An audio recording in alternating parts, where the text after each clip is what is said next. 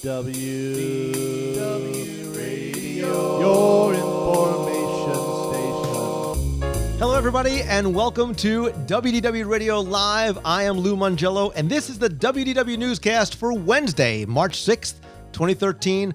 I'm here to help you have the best possible Disney vacation experience, bring you a little bit of Disney magic wherever you are with these live broadcasts, my audio podcast, which you can find on iTunes, blog, videos, Walt Disney World trivia books, my audio tours of the Magic Kingdom, and much more.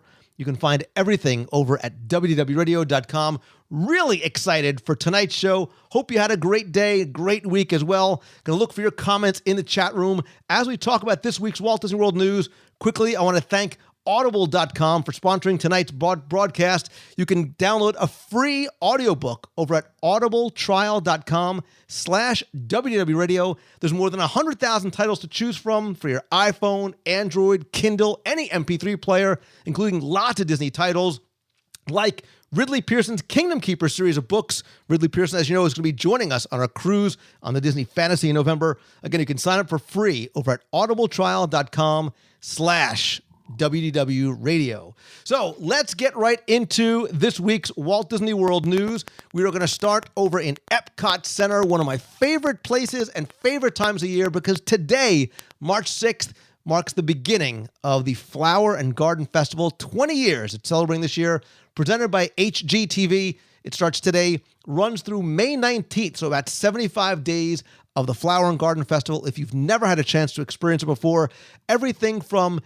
beautiful horticultural displays, topiaries, sweeping landscapes, and lots more this year. We've talked about in the past couple of weeks our anticipation for some new additions to Flower and Garden, making it a little bit more like Food and Wine Festival, because now there are garden marketplaces, the circus-themed area over at the Land of Oz, and nighttime illuminated gardens this year. First and foremost, the garden market, going back again, culinary creations from Smokehouse Barbecue and Shrimp and Grits to Zellwood Corn, Florida Fresh, Primavera Kitchen over at Italy, Hanami at Japan, lots of other kiosks. So little elements of food and wine are making their way into Flower and Garden, which is really going to, I think, enhance the experience for those of us who are going.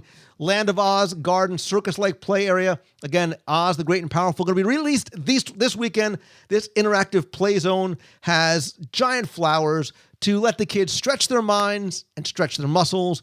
Parents, there's plenty of comfortable, shaded places to sit as well. There's also Midway-style games, circus-themed tents, lots of different plants, so you can have fun, enjoy the beauty, maybe learn a little bit something along the way as well.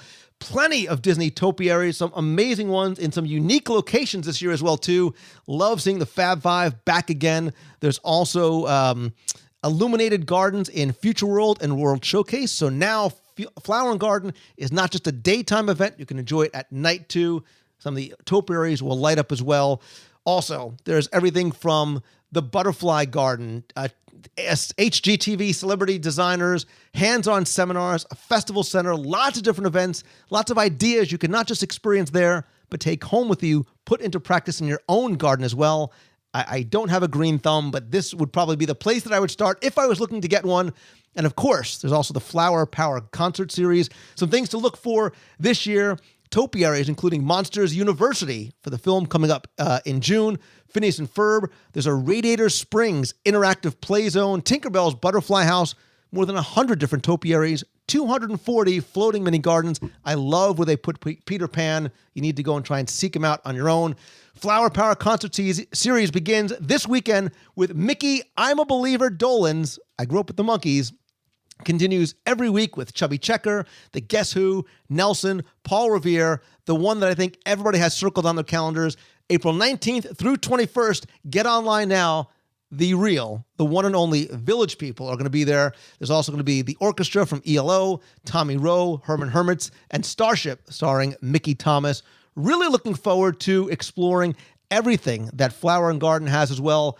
It's become more than just a place to look at beautiful horticultural displays and a place to learn. There's a lot more to experience. It's become much more interactive. It's become much more hands-on. And I like the fact that there's the opportunity to not only learn, but take some of what you learn back with you. And I think what's happening too is Flower and Garden is starting to be a little bit more like food and wine. It's becoming something on people's radar that maybe it wasn't before. Maybe it says, oh, it's nice if I'm there and I happen to see Flower and Garden. Where people make special trips to food and wine, I think they're starting to, and have for many years, going to continue making special trips for Flower and Garden as well. If you've had a chance to experience any or all the Flower and Garden Festival, I'd love to hear your thoughts, your comments, what you liked, what's new, maybe what else you'd like to see be part of the Flower and Garden Festival. Visit the comment section on YouTube or the show notes over at WDWRadio.com. Leave your comments there. Very curious to hear what you think about this year's 20th anniversary Flower and Garden Festival. And I hope to see you at the Village People. So let's go to not one, but all the theme parks, all the water parks, Downtown Disney, Wide World of Sports, because just a few days ago, the Walt Disney World Resort released a new series of maps for each and every one of those locations. If you're watching us live or on YouTube, I'm going to cycle through some of those images for you, because these maps are a somewhat major departure from the previous maps we had earlier. They very much match the style of the maps that you can find in Disney's My Disney Experience app for your iPhone and your Android device. If you can see, like in the inside the maps here, the park maps are on the left inside. It's no longer a fold up and fold out kind of a map. There's a legend on the right-hand side. There's also things that sort of connect you to, pardon the accidental pun, to the My Disney Experience app. So, for example, on the outside, you'll find a QR code on every one of the maps where you can scan it with your smartphone and download the My Disney Experience app.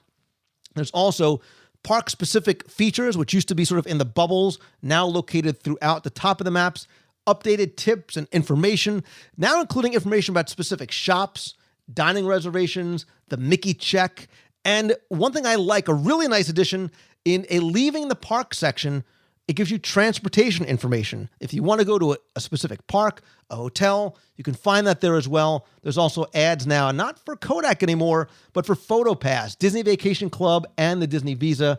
And again, you can find all these maps, a consistent theming and style throughout them, throughout the resorts, Wide World of Sports, and of course, Downtown Disney as well too.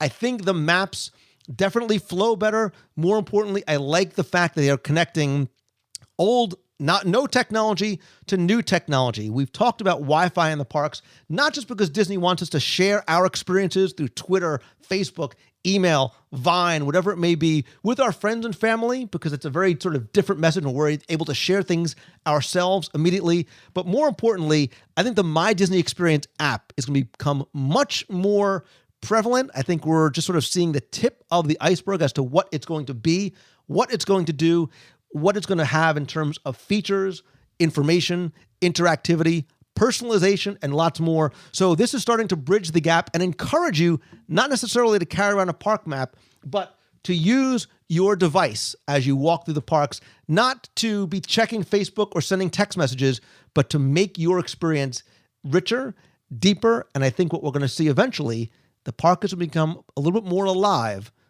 based on what you're going to be able to do, see, and maybe control using your phone as well. So a couple other little bits of note here and there. There are new Walt Disney World annual pass holder discounts. We talk about how we as annual pass holders are really some of Disney's most loyal customers. We love when we get to see additional benefits coming to us. Well, they announced the addition of several locations to the dining list for annual pass holders and DVC members. So you can now save 10% on lunch over at the Hollywood Brown Derby. Try the grapefruit cake and the Cobb salad and the beer garden.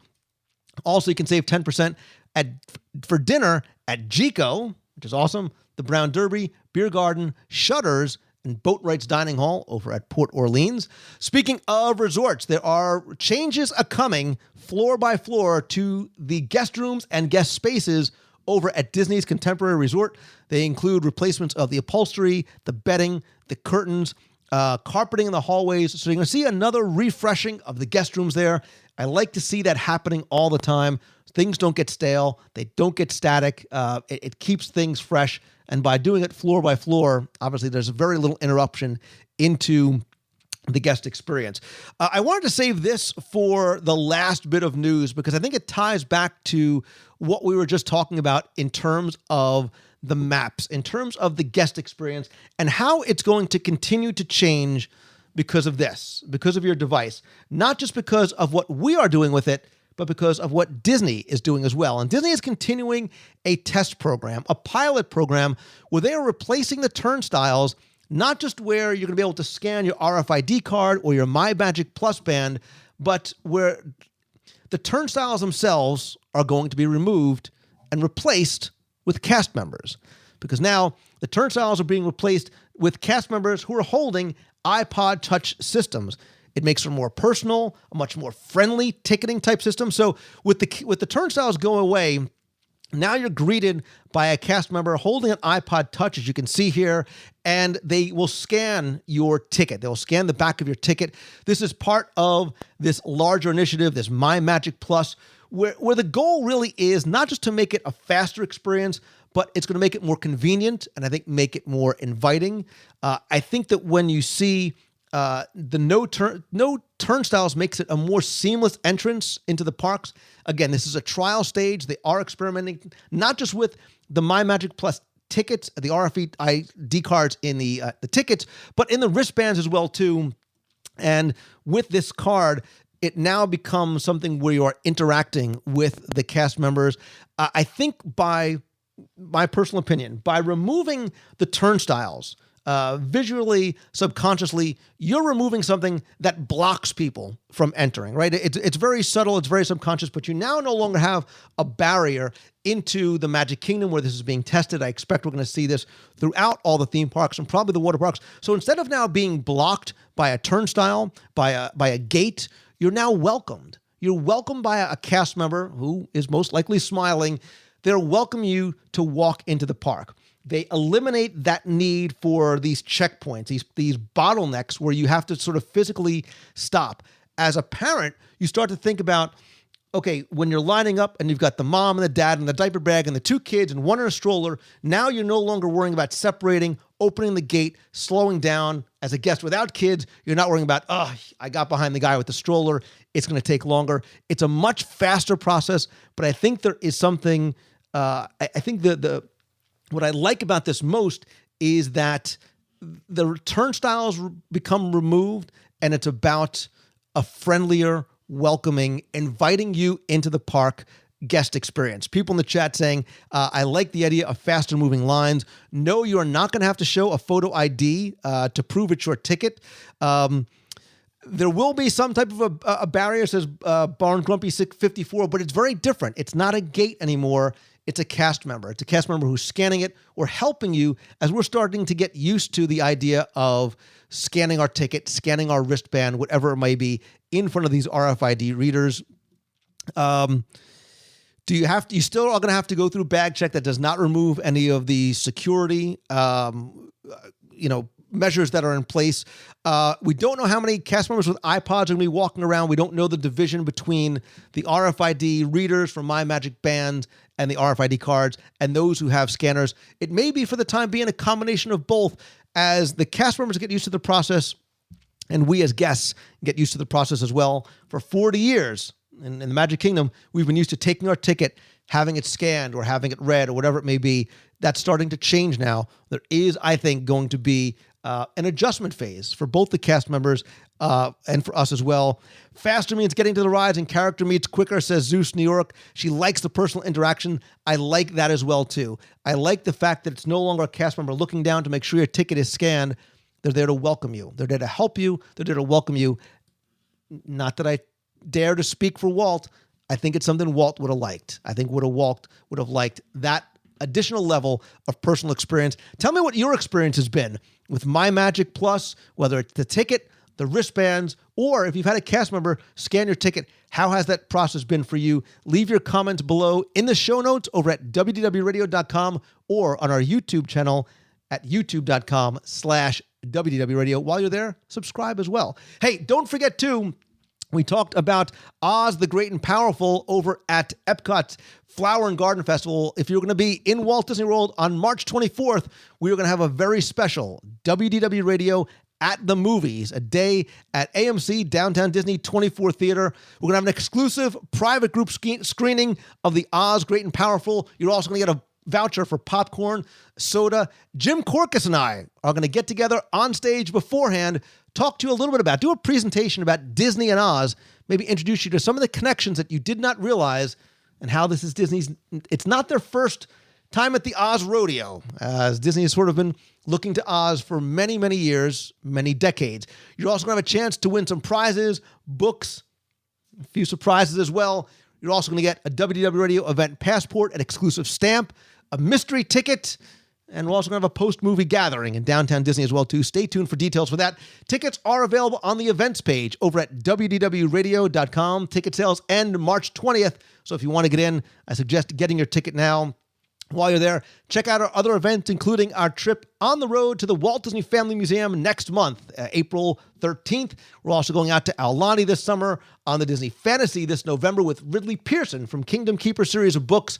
I'm also going to be in Toronto and New York, and also our Meets of the Month in Walt Disney World. Download the free WDW Radio iPhone and Android app while you're there, and subscribe to our newsletter. Lots of ways to connect. I'm on Twitter @LouMongello and Facebook.com/WDW Radio. Thank you so very much for watching. If you're not listening live, join us every Wednesday at 7:30 p.m. Eastern over at WDWRadioLive.com. I'm Lou Mongello from WDW Radio. Thanks so much for watching. So until next time, have a great week, everybody. See ya.